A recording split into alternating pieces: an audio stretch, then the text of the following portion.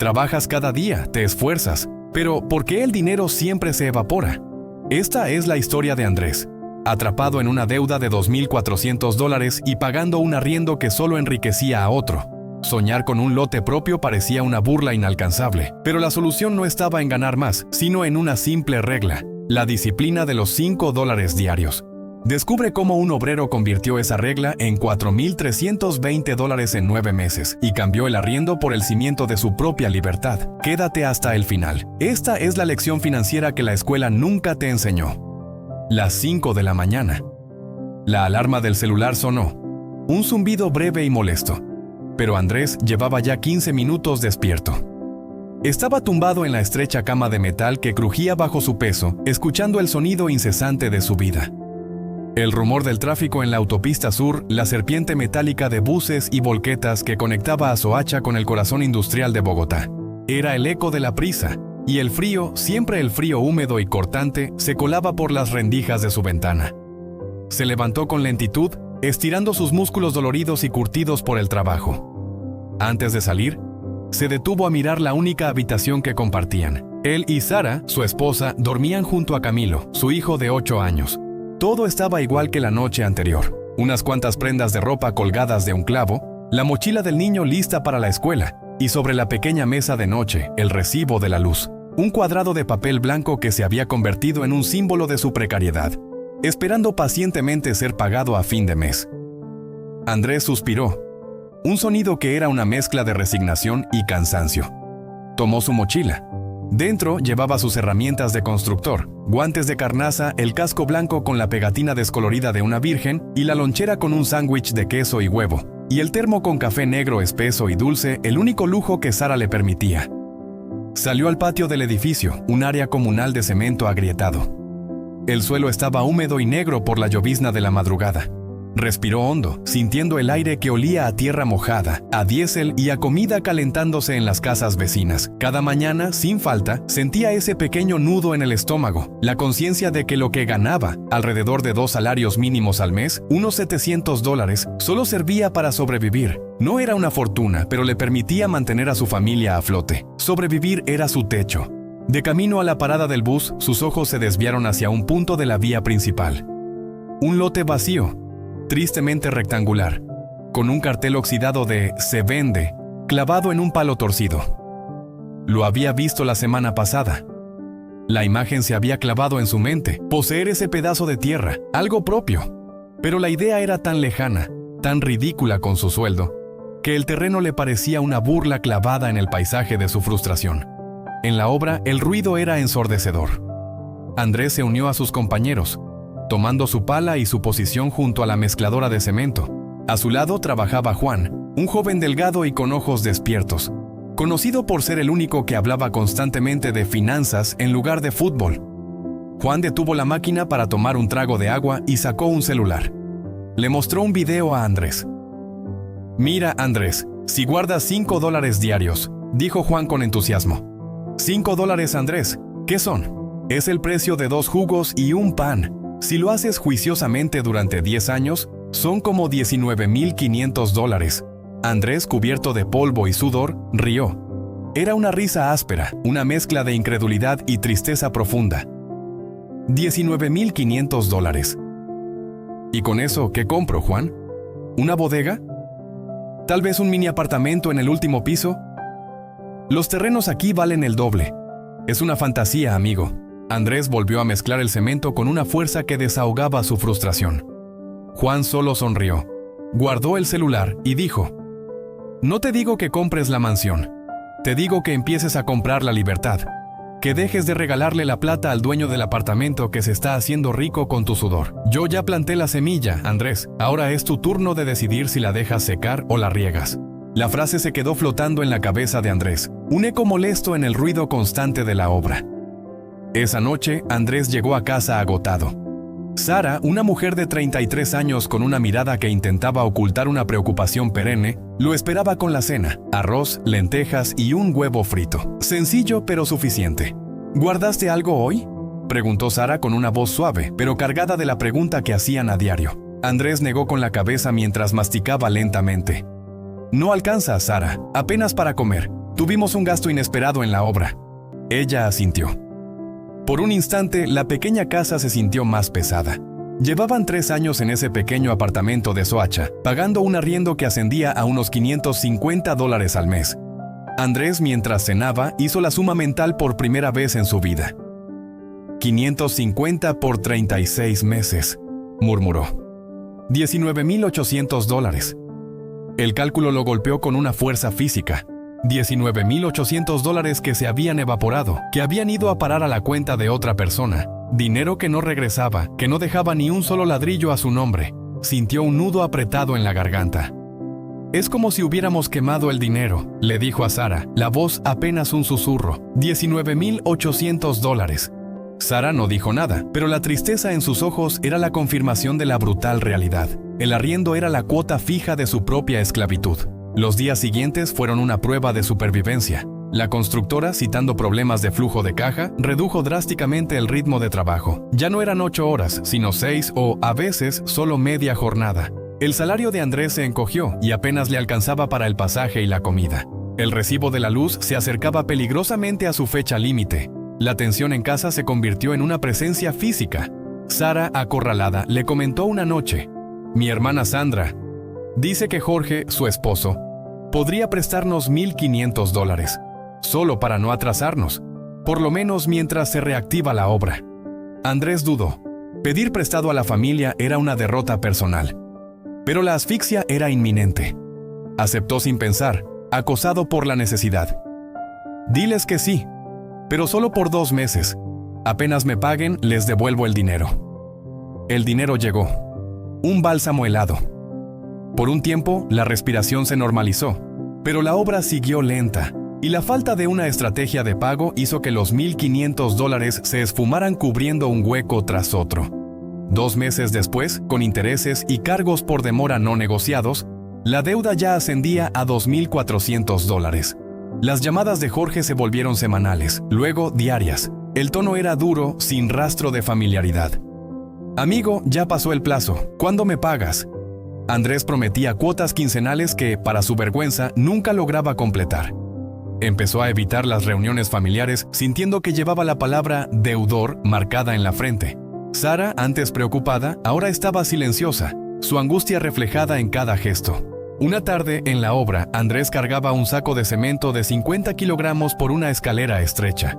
Sus piernas ardían, su espalda le suplicaba que parara. En el tercer escalón, exhausto, se detuvo. Una frase le taladró la mente, una visión terrible de su futuro. «Así voy a vivir hasta los 60, pidiendo prestado para tapar un hueco y abriendo otro, pagando arriendo en un cuarto que nunca será mío, sin nada propio que dejarle a Camilo». El peso del saco se sintió como el peso de toda su vida. Era el cansancio del alma. En ese momento, Juan, el joven soñador, se acercó, sosteniendo su lonchera. «¿Te acuerdas de los $5?», le preguntó. «Llevo 40 días guardándolos. Hoy conté $240. Andrés, incrédulo, frunció el ceño. «¿Y cómo haces? Yo tengo $2,400 en deuda. No puedo pasar ni 5 días sin que me salga un gasto urgente». Juan se sentó tranquilamente en un bloque de concreto, la calma de su rostro en fuerte contraste con la rabia contenida de Andrés. «Escúchame, Andrés. La clave es el principio, no la cantidad. Lo primero que hago cuando me pagan es apartar la cifra, la meto en un sobre. No se toca ni para emergencias. Si sale algo, lo resuelvo con lo que me queda. Pero ese dinero es sagrado, esa es la regla». Andrés pensó que era una locura. $5 diarios no podían cambiar nada. Juan sonrió. «Hoy no, pero en 365 días son $2,200. En 3 años, más de $6,500. Y si le sumas intereses de un fondo colectivo, se hace más. No es el dinero, Andrés, es el hábito». Andrés llegó a casa con la idea de Juan clavada en la cabeza. Se la contó a Sara, quien lo miró seria, con escepticismo lógico. $5, Andrés. Debemos $2,400. Con eso no pagamos ni la luz, le recordó. Él respiró hondo. «Tienes razón. No es para pagar las deudas, es para que no volvamos a pedirlas, es para comprar el terreno». Esa noche, Andrés buscó un sobre de papel amarillo, viejo y arrugado. Con marcador negro escribió una sentencia que era más que una cifra. 1% diario, no se toca. Era una declaración de guerra contra su propia indisciplina financiera. Al día siguiente guardó $5. Al otro día, $5 más. El tercer día, la tentación. Quería comprar un jugo frío en la esquina de la obra. Su garganta rogaba por él, pero recordó el sobre. Decidió beber agua de la llave, tibia y con sabor a cloro. Era una microvictoria, un ejercicio de autocontrol que nunca había practicado.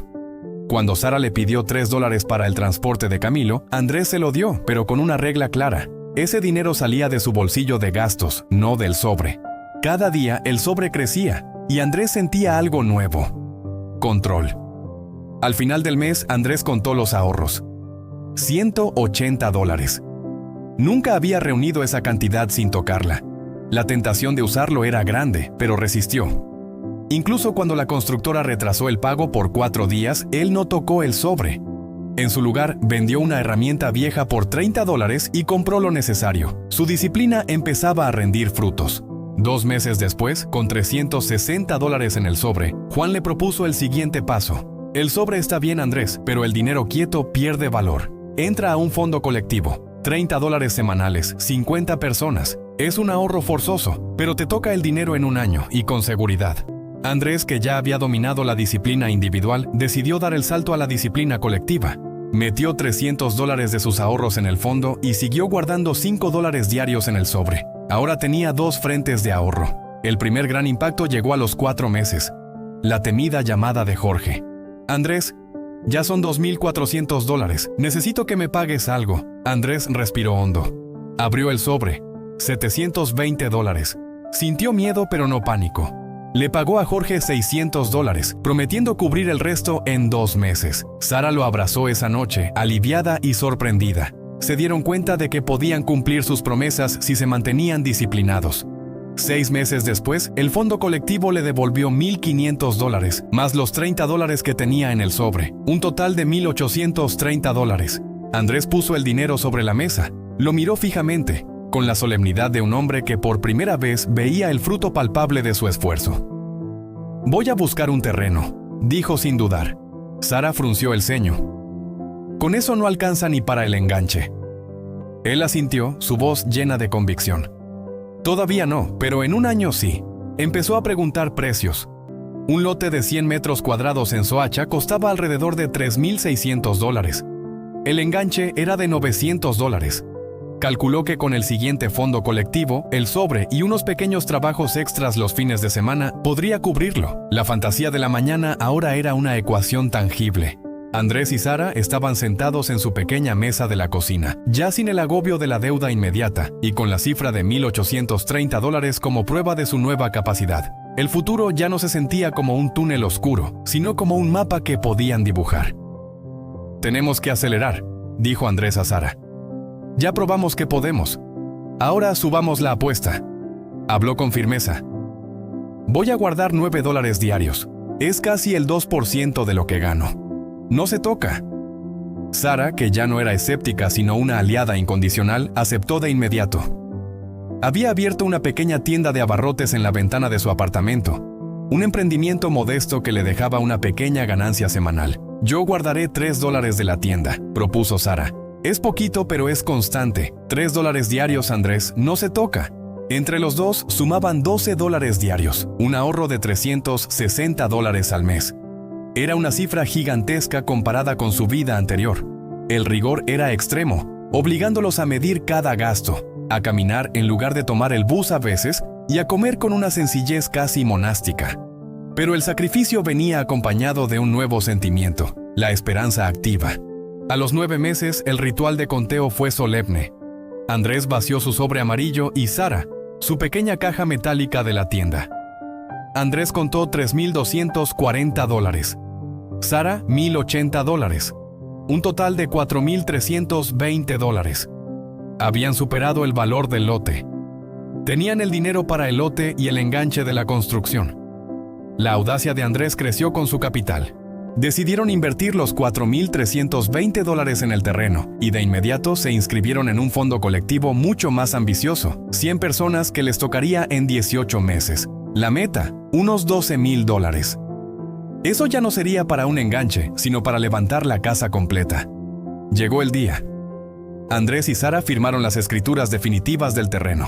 El lote, antes un símbolo de su frustración, ahora era el ancla de su futuro. Sara se arrodilló, tocó la tierra oscura y la apretó entre sus manos, sonriendo con una paz y un orgullo que le habían sido ajenos durante años. Andrés, que conocía los materiales y la mano de obra, comenzó a construir los cimientos inmediatamente con el dinero restante. Compró cemento, blocks y varillas.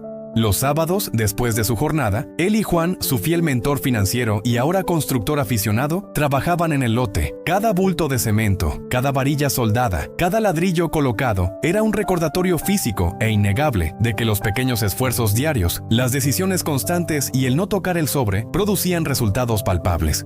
El terreno ya no estaba vacío, estaba lleno de promesas cumplidas. Con el tiempo, pagaron la última mensualidad del lote y recibieron las escrituras definitivas. Sara, con los documentos en mano, lloró. «No puedo creer que lo hayamos logrado», sollozó. Andrés sonrió sintiendo un alivio y un orgullo que superaban el cansancio de su cuerpo. Durante los siguientes años, la rutina de ahorro se convirtió en un estilo de vida. El segundo fondo colectivo les dio el capital para avanzar rápidamente. Levantaron paredes, instalaron un techo resistente, pusieron luz y terminaron su casa. 3 cuartos, un baño y una cocina sencilla. No era una mansión, pero era propia. El impacto económico fue transformador. Dejaron de pagar arriendo. Esos $600 mensuales, que antes se evaporaban, fueron redirigidos, la mitad a mejoras de la casa, la otra mitad a ahorro formal en una cuenta de banco. Compraron una camioneta usada para que Sara pudiera transportar los abarrotes con mayor facilidad, y su tienda prosperó dándoles $150 semanales de ganancia. Andrés seguía trabajando en la construcción, pero ya no era un simple obrero. Su disciplina, su casa propia y su planificación lo habían convertido en un hombre respetado, consultado y sobre todo, libre. Andrés se dedicó a transferir esta lección a su hijo Camilo, que ahora era un adolescente de 12 años. Una noche, mientras Camilo contaba el dinero de su mesada, Andrés se sentó a su lado en el portal de su nueva casa. $3 diarios, hijo, le dijo Andrés. No importa si son pocos, pero esa cifra no se toca. Camilo, que ya había visto el sobre amarillo de su padre y la casa que había construido, preguntó con genuino interés. ¿Y por qué, papá? $3 no compran nada. Andrés sonrió. La sonrisa de un maestro que comparte una verdad esencial. Hoy no compran nada, pero en 300 días, sin contar los de descanso, si eres juicioso, suman $900. El rostro de Camilo se iluminó. $900. Eso sí compra algo, papá. La consola de videojuegos que quiero. Exacto, afirmó Andrés. Ese dinero no es magia ni suerte. Es la multiplicación de tu disciplina. Esa es la lección que debes aprender. No es cuánto ganas, sino qué haces con lo que te llega a las manos. Cada mañana, mientras preparaba la mezcla de cemento en la obra, Andrés miraba el terreno vacío que seguía al lado, en venta. Ya no sentía la ansiedad ni la frustración. Ahora sentía curiosidad, planeación y cálculo. Podía comprar otro lote, pensaba. Quizá para Camilo, para asegurarle una base. O quizás para construir otra pequeña casa y rentarla, convirtiendo su disciplina en una fuente de ingreso pasivo. Juan, su compañero, había comprado su carro en efectivo después de 4 años de ahorro constante, confirmando que la fórmula funcionaba. Andrés sonreía al pensar que ellos también podían alcanzar ese nivel. Andrés contaba su dinero cada noche en su sobre amarillo, ahora gastado, manoseado y con las esquinas dobladas. Era un ritual. Cada día, cada dólar ahorrado se acumulaba. Los veía crecer y sabía que no era un milagro, sino el fruto de su constancia y visión. Finalmente comprendió la lección que cambiaría el resto de su vida. La verdadera riqueza no estaba determinada por la cifra de su sueldo, sino por la sabiduría con que decidía usarlo. Andrés y Sara se sentaban en el portal de su casa recién terminada, mirando el lote vacío que habían comprado años atrás. Sara le traía café y él sacaba su sobre. Contaba en voz alta, repitiendo las cifras anuales. $12,000, $21,000, $30,000, $84,000, $32,850 al año. Cada cifra era un paso, un ladrillo, un recordatorio de que la vida podía cambiar con pequeñas decisiones sostenidas en el tiempo. La última frase que Andrés repetía a cualquiera que preguntaba sobre su éxito se había convertido en el mantra de su familia, la herencia que dejaría a su hijo, más valiosa que cualquier propiedad. $1 diario no cambia tu vida, pero 365 días de $1 diario te dan $365. Y esos $365 multiplicados por la constancia construyen sueños,